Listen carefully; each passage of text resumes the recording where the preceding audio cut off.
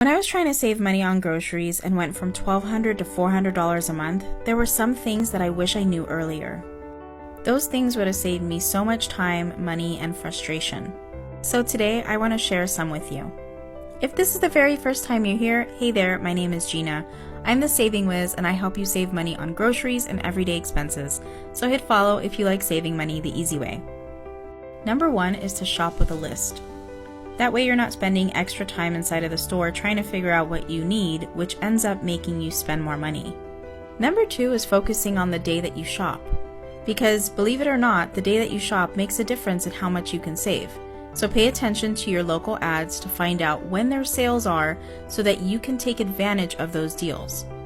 And number 3 might surprise you, but shopping before you create a meal plan.